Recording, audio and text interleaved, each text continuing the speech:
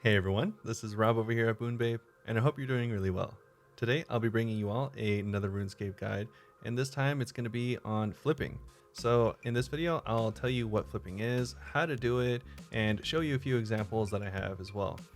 Now I'm making this video in light of our upcoming series. Michelle and I are having a sort of a friendly competition to see how long it would take us and the different methods we would use in order to get a bond as a free-to-play character. So in light of that, I figured I would show everyone a guide on how I like to flip because I do utilize flipping in this upcoming series, and I didn't want to have anyone being lost, and it was too much of a subject to put into the same video. So with that all being said, let's jump into it. So I'm going to tell you how flipping works and what flipping is, and then I'll tell you a few things that you're going to need to begin. So flipping is simply the method of buying something for cheaper on the Grand Exchange and selling it for more on the Grand Exchange. And this, as an example, could be something as simple as a potato. And let's say this is definitely not ever going to be true, but let's say I buy a potato for 1 gold and I'm able to sell it for 10 gold. Then right then I made 9 gold profit. And that might not be a lot, but let's say you bought 10,000 potatoes and made 9 gold on 10,000 potatoes, then suddenly you made 90,000 gold, which is actually a pretty good amount of money and would be an insane margin on potatoes. It'd actually be unreal. I've never seen that before, but that's just an example. And you can do that for more expensive items. So you can buy an item for 1 million gold and sell it for 2 million gold. And this is more a chance of luck and persistence. It's not always going to be margins this good. You might be making as little as 1 or 2 gold, or you might have a really good day and make something that gives you a 10,000 gold margin. So like I said, it is a product of persistence as well as luck, and I'll show you how I go ahead and do that here. Now, I'm no expert by any means, but I have made hundreds of millions of gold doing this, and that's not really a flex. That's more of just telling you that I know this works, and these methods that I'm about to show you are definitely something I've seen go and make me a ton of money while practically doing nothing in the game. So, with all the formalities out of the way, let's get right into the flipping, which you can see me doing here in the background with a Mystic Battle Staff. So what I just did there is I did what is called a price check. Now price checking is pretty simple, and it's where you're going to start with most of your flips. Now you can see here I'm actually price checking this Mystic Steam Staff, as I know it's a pretty decently traded item and used by a lot of players, so I know it'll flip pretty quickly. So the Mystic Steam Staff I bought by hitting the up arrow a few times, and then it automatically buys for the highest amount that someone is selling it for. So in this case, that is 61,239 coins. And then I sold it back by hitting the down arrow a few times, and that will immediately sell it to the person that has the highest buy offer in currently, which is 48,001 coins. So as you can see there, I lost about 15,000 coins, which is actually a pretty big amount compared to how much the total of the item is worth. So unfortunately, that is part of the process. You do have to eat the first little bit of money as a loss, but if you are successful, you'll end up making that multiple times back in your future flips of that same item.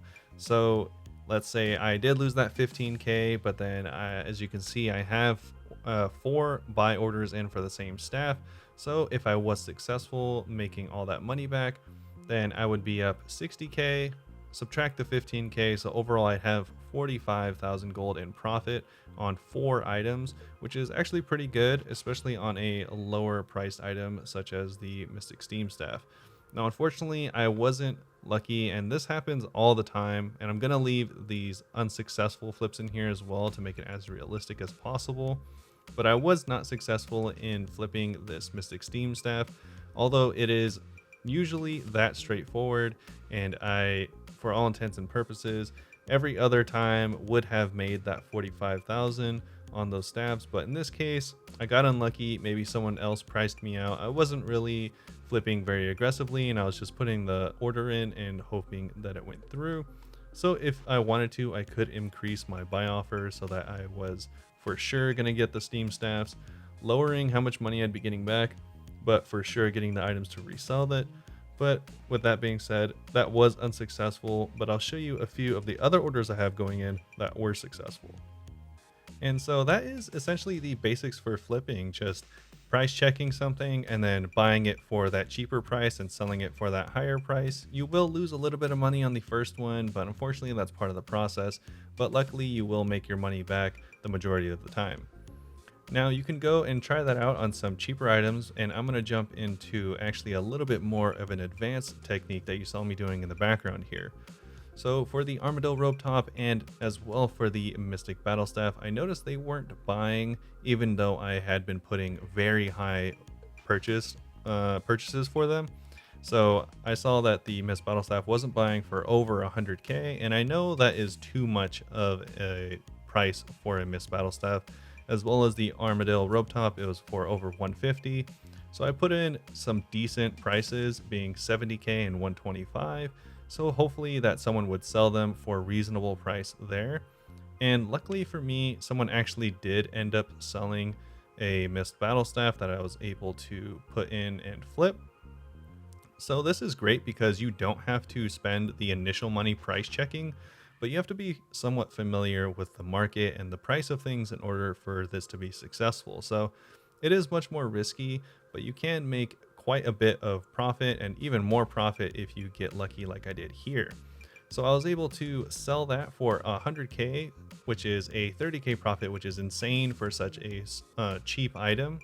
And I was able to also purchase the Armadillo Rope Top. So these are just a couple items that I am familiar with, and I got lucky buying and not having to pay the price check toll. So that does require some market knowledge as well as a little bit of luck. And I wanted to show that my other way, the original way of price checking and selling something, is tried and true. And so I did that here with the Ceradomin robe legs. I was able to price check them for about negative 15,000 gold. But luckily, I was able to buy them at 84k after that and sell them at 99k, which is about a 15k profit on each pair. And I think I was able to sell around 2 or 3 pairs. So overall, I profited around 30k on just the robe legs, which is great. Goes to show that although it doesn't work 100% of the time, looking at you, the Steam Battle Staffs, but it does work a large amount of the time. Now that is essentially it as far as flipping goes. There's one that I didn't mention, which is high quantity flipping, and that is the same method I showed before, but on larger amounts of items. So one really common one is runes. Maybe you buy a death rune for 300 gold and you sell it for 305 gold. While that might not be a lot, luckily you can buy tens of thousands of these items. So if you bought 10,000, that can quickly turn it into a 50k profit, which is nice and can be a little bit more friendly as far as if you do happen to get a loss or not having a successful flip, then you won't lose as much money.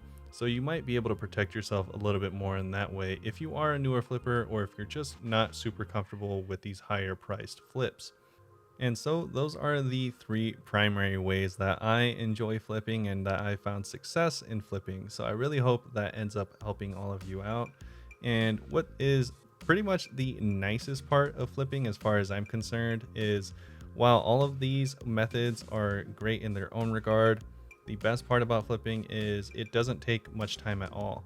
This video I did over a few hours span, and while that seems like a lot of time, I really only spent around 10 or 15 minutes actually flipping. I would just go in, check my buy offers, my sell offers, and put up whatever I needed to as far as the offer or the item for sale. And then I would go play a different game, make some stuff for a different video, or play a different account.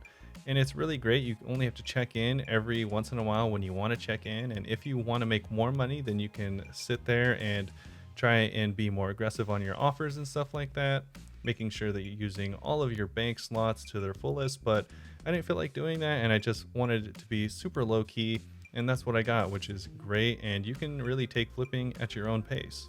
So that is going to be about it for the video. Now you have all of the knowledge in order to make billions upon billions in old school RuneScape, but you know I couldn't leave you all hanging on the final price check.